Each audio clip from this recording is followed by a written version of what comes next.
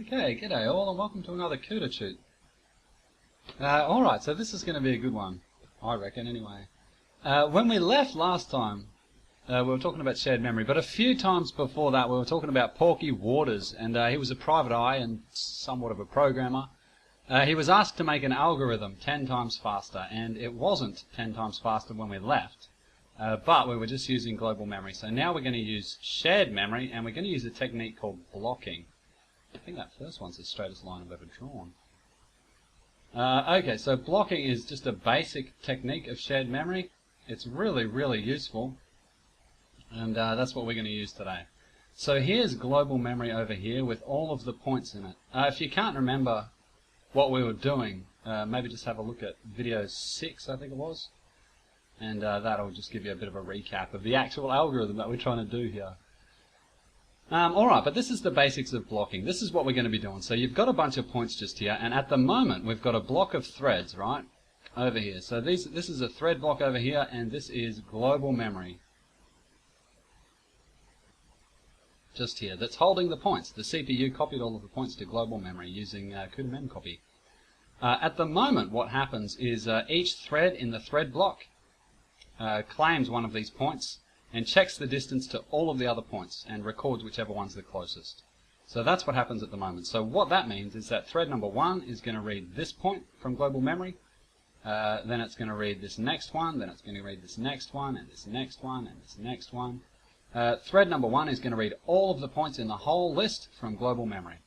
But at the same time, thread number 2 is going to do exactly the same thing. It's going to read point number 1 from global memory, point number 2 from global memory, 3, 4, 5, 6 from global memory, etc. Thread number 2 is going to also read all of the points from global memory. And thread number 3 is going to do the same thing. Thread number 4 is going to do the same thing. Thread 5 is going to do the same thing. All of the threads in each block are going to read every single point from global memory and check how close they are. Which is slow, quite frankly. Yeah, that's not what we're after, because we've got this marvelous thing called shared memory, which is just sitting here twiddling its thumbs. Okay, so we'll say that this is shared memory up here. Shared memory. Okay, so all of the threads in a block, this is our thread block just here, all of the threads in a block share some amount of shared memory, and you get to set that up with restrictions, as we went through in the previous couple of tutes. And the idea of blocking is to read blocks of global memory into that shared memory and check the points from there instead of going back to global memory all the time. So what we would do is we would get all of our threads to copy some block, maybe these ones here, to shared memory, which would involve a global memory read of each point, but only one global memory read of each point. And then from there the threads can check the distances to the points in shared memory instead of going all the way to global memory again. And once the points of the thread block have checked the distances to all of the points in shared memory, well, they can copy another block from global memory over to shared memory and once again check all of those points. Once they're done checking that shared memory block, they copy another block, etc., etc., etc., until they've run through all of the points in global memory, but they've checked the distances against copies they've made in shared memory. So this copying of data in blocks from from global memory to shared memory, and having your threads work in shared memory is called blocking. Yeah, and it's really good. It's a good technique. Gives you a fair bit of speed. So here's our program. Let's do this, shall we? Let me just put away my pen. Let's get to coding. Okay, so where were we? Alright, so here's the program. I think it's basically as it was at about the end of tute 6, I think, before we had a massive tangent onto shared memory. Yeah, but what we're going to do today is make find closest GPU 2, which is going to be that shared memory version. Okay, I'm just having a bit of a look around. Alright, so what's the time to beat first? We should just have a bit of a run and see what time it was. I think it was about 18 or something like that. 18 milliseconds or 18 microseconds? I don't even know what the... milliseconds it'll be, yeah. 18 milliseconds, I think. Yeah, there you go. So the CPU version that we're trying to get 10 times speed increase has a fastest runtime of 179, which will mean that our GPU version's got to run at about 18. Yeah, so it's got to run at about 10 times that. 10 times faster than that, not 10 times slower. It's easy to make something run at 10 times slower. Alright, so that's what we're aiming for. And where were we at? Let's have a look at where we were at before. So this is what we coded at the end of tute 6, I think. Let's have a look. I don't think it was 18. If it was, our job was done. Porky was saved.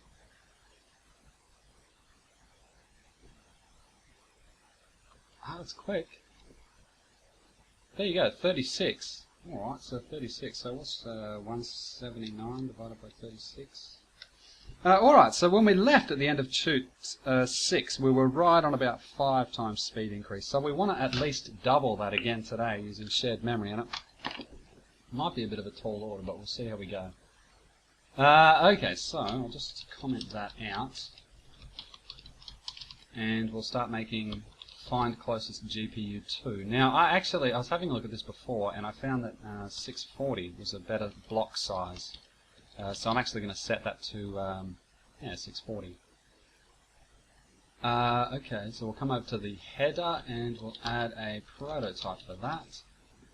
Let's just find closest GPU 2. And back to the CUDA side of things, we'll code it.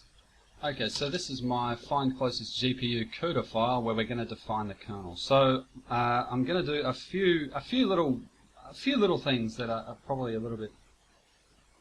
Don't tell me that mouse battery's running out again. Ooh. I'm going to do a few little things that I've found are slightly quicker. So one of them is this. Define a constant integer called block size and set it to your block size if you never need to change your block size. So I'm going to actually set my block size at 640 and never change it with my launch configuration. And I've found that reading a const int block size is faster than referring to that all the time. Yeah, block dimx. But it does mean, like I just said, it does mean that you can't just change the launch configuration. So we couldn't just change this to 320. It's going to wreck the algorithm if we do. Anyway, it might be worth doing. Okay, so here's our kernel, global. It helps if you spell global right as well.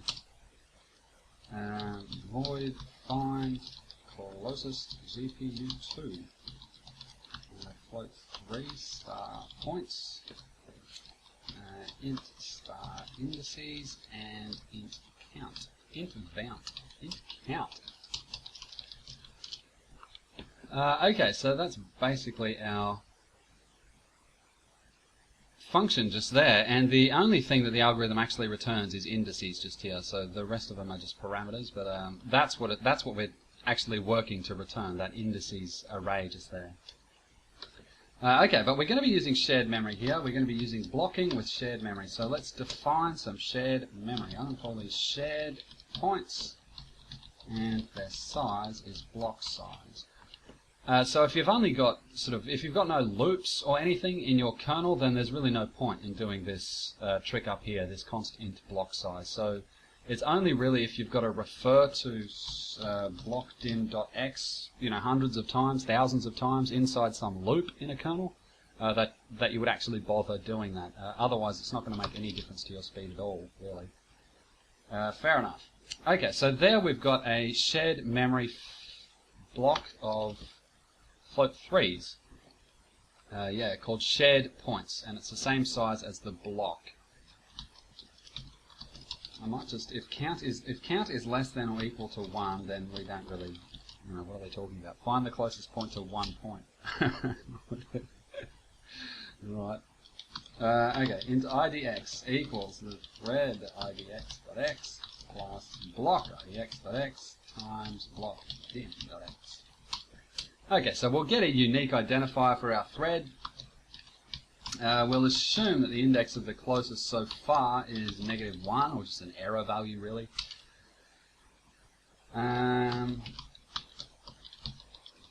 Okay, so each thread in the block needs to grab its own point, and I might just say this point equals, well, we can't actually do it there. Yeah, we can't do it there. Okay, so the distance to the closest that we've found so far has got to be int.max, or float.max, sorry. So 3.4 by 02, what is it? 882 or something like that. And 38G, 38F. Okay. Yeah, so we'll assume that the distance to the closest so far is some outrageously large value. Yeah, pretty dodgy way to do that actually, but it doesn't matter. It doesn't matter. Okay, so if IDX is less than count, then this point equals. Doggies are going crazy. This point equals points IDX. Okay, so we don't want to assign a point to this thread if this thread's index is actually outside of the array there.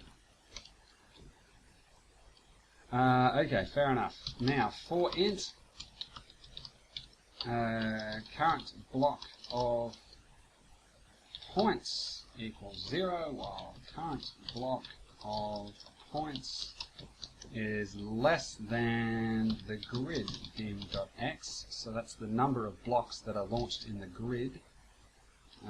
Current block of points plus plus. Okay, so what we want to do is step through all of the points in the list, but in blocks. In blocks exactly the same size as the blocks of the grid. Oh, this is getting so confusing. Anyway, that's what we're doing. And now we want to actually copy the threads. We want to copy the points from global memory into that shared memory array that we defined just a minute ago. So thread idx.x plus current block of points times this one, mate.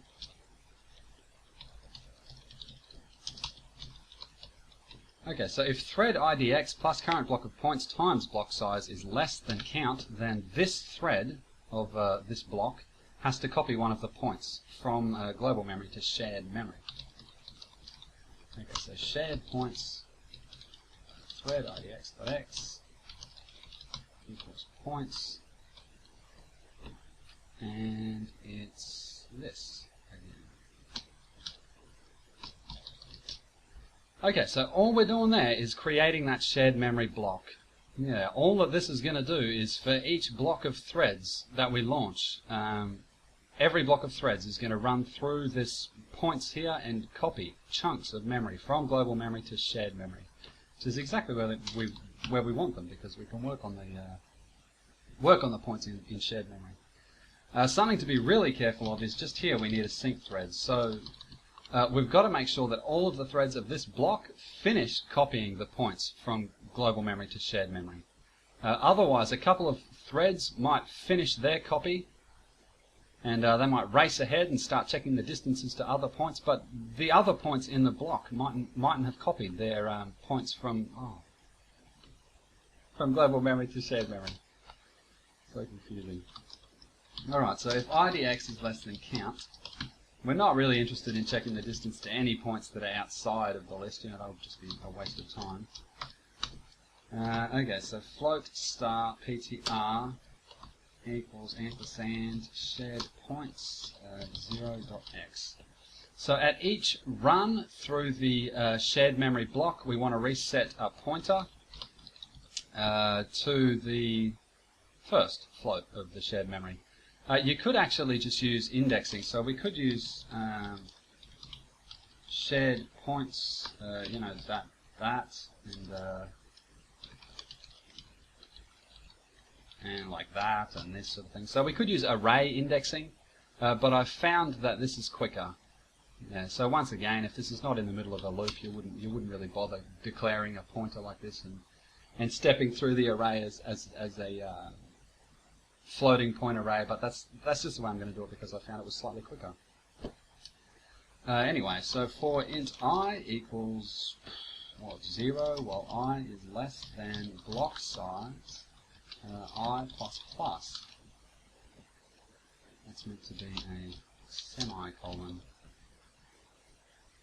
Alrighty, so for every one of the points that this block copied to shared memory, we want to test the distance. So, well, we've got to calculate the distance. So float dist equals this point dot x minus ptr 0, which is the x value of some other point in the list.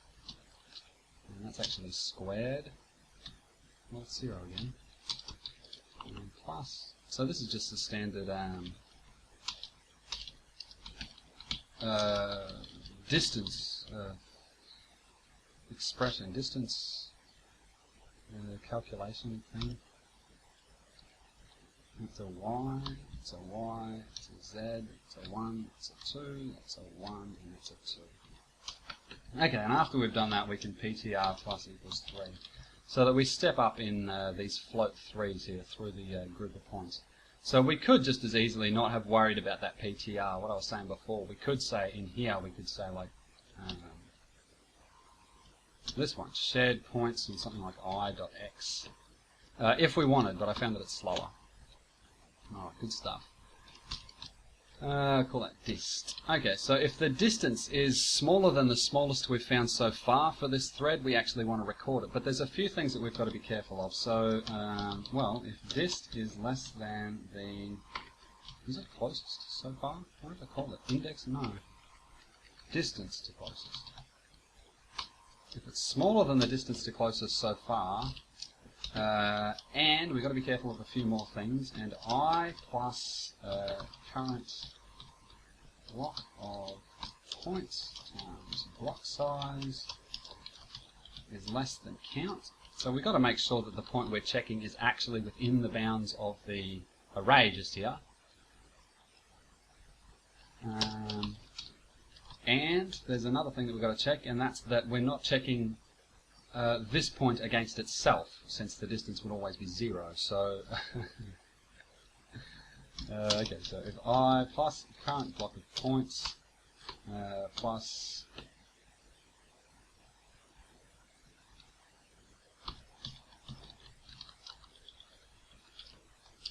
this should be times, I think.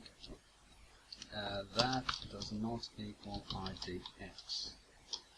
Okay, but if all of those conditions are true, then we've found another closest point, so we better update. Distance to closest equals dist, and index of closest equals I plus, and it's this thing again. Yeah, equals that. Okay, so then the threads are going to, whoops, insert. What's going on?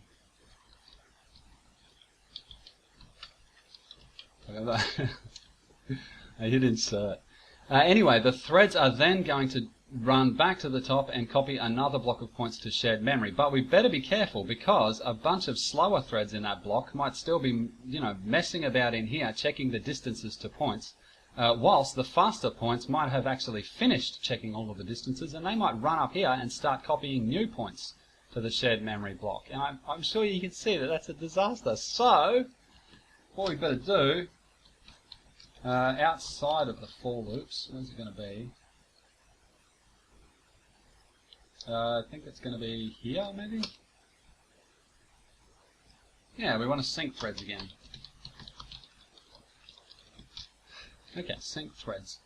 That way we know that all of the threads in this block are finished with the points that we copied from shared memory, and we're ready to copy another chunk of blocks, another chunk of points from global memory.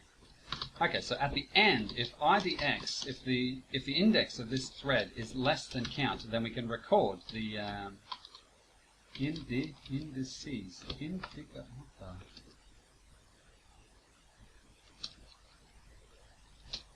Okay, sometimes it's quicker to scroll to the top and copy the word indices and spell it. Index equals index of closest. Okay, so if this thread is within the actual bounds of the original array we were given, then we can record the closest index that it happened to find. And I think that that is find closest GPU. So, fingers crossed, maybe a few... We'll run it and see what happens. Maybe a few bugs, but we'll see what happens.